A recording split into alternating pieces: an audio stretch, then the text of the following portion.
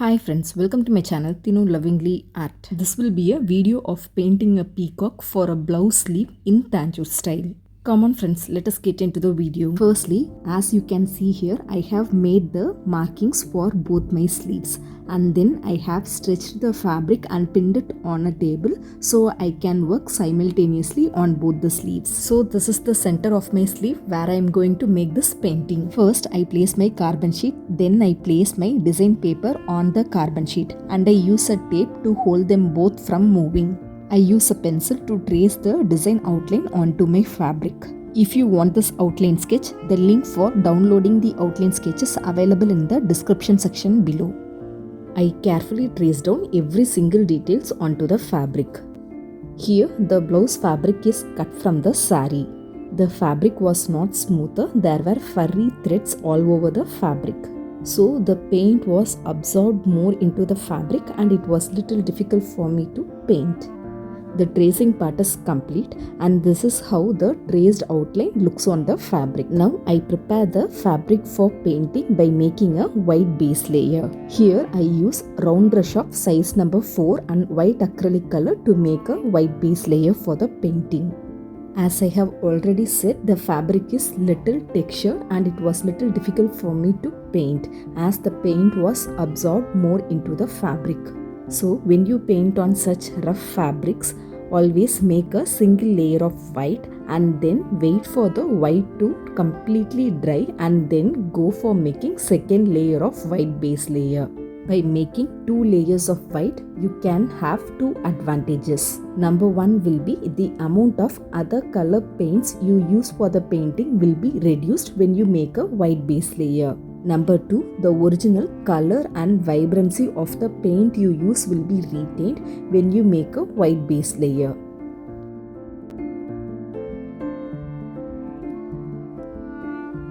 I cover the eyes of the bird with white. It is because when I leave smaller gap for the eye, it will be little difficult for me to cover the area after completing the painting. So I always prefer not to leave any gap for the eye while making the white base layer. If you prefer to leave gap for the eyes, then you can do that. After completing the white part, I start painting the wings and feathers with metallic gold acrylic color. I use 3D outliner on these golden painted areas. So it is not mandatory to make a metallic gold base layer, but I prefer making it. But if you prefer using the 3D outliner directly without making a golden base layer, then it is absolutely fine and you can do that.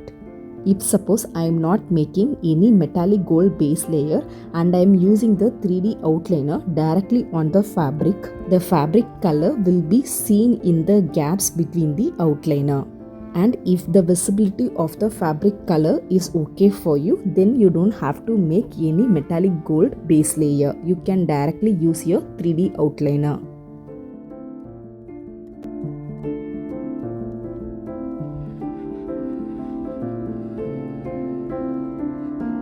So now all the white and golden part is complete and I start painting the bird with light green acrylic color.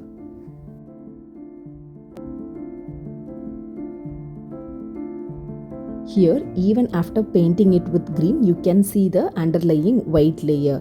So after the green dries, you can make a second coat of light green color to make the painting look opaque.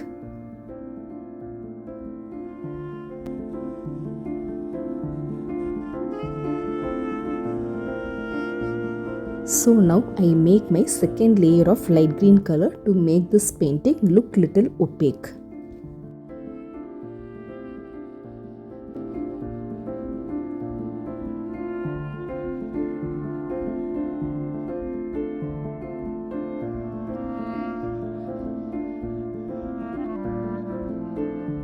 To show some shadows and depth in the painting, I use dark green color.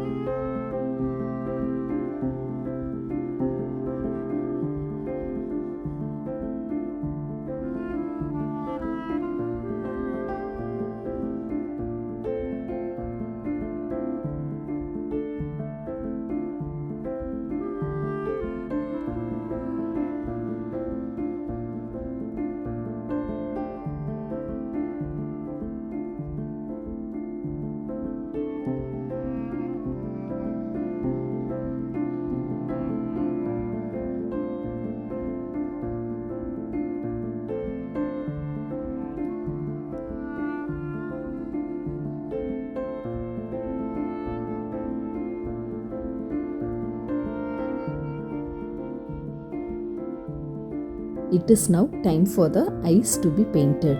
Firstly, I use white acrylic color to mark the space for the eyes and the eyebrows. As it is a sleeve painting, I am simultaneously painting on both the sleeves. So I am here making the eyes and eyebrows for the second sleeve also.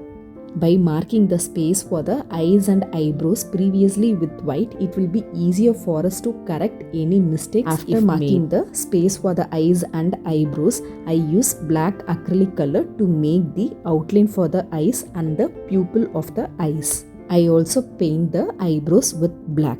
Here the ending of the eyebrow is not sharper and I use green acrylic color to correct it. Now I use Fevicryl brand Pearl Metallic Gold 3D outliner to make golden outlining works for this painting.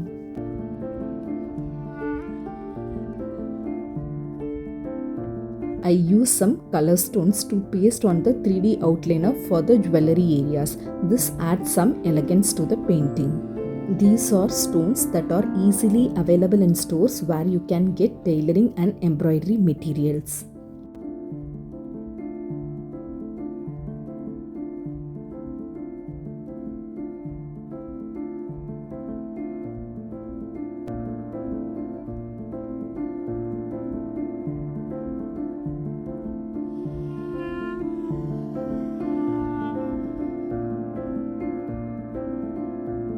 Here, when I make this stroke on the wings, you can see some gap between each stroke. If suppose I haven't made the golden base layer, then the maroon color fabric will be seen in those gaps. This is the reason for me to make the golden base layer previously before using the 3D outliner.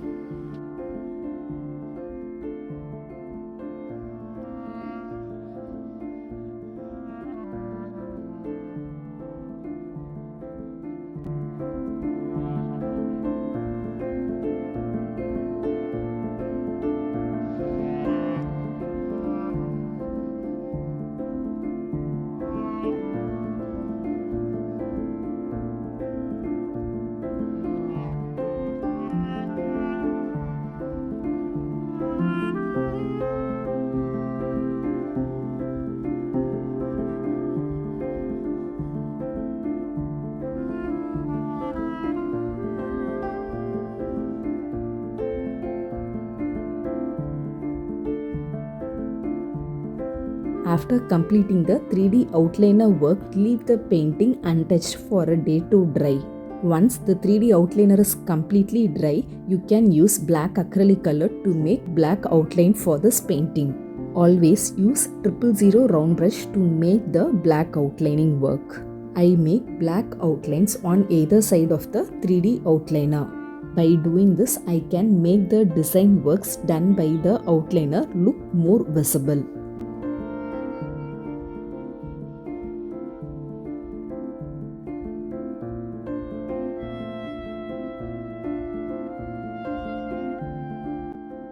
If you are new to my channel and if you like this video, do kindly support us by subscribing to my channel.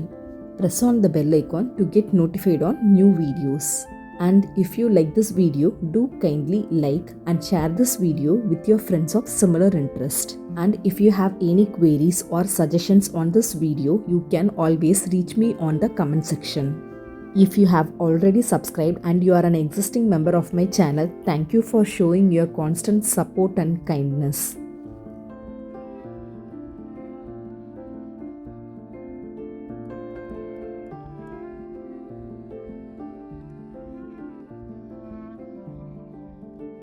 Here, for the wings and feathers, I have completely made it with golden work. And so, I wanted to add some extra colors to the wings and feathers. And so, I used red glass paints to add some extra colors to the golden work. You can use red acrylic colors also. I just wanted to try it out with glass paints, and so I have used glass colors here. Perhaps stepping out from our comfort zone always brings in a real magic.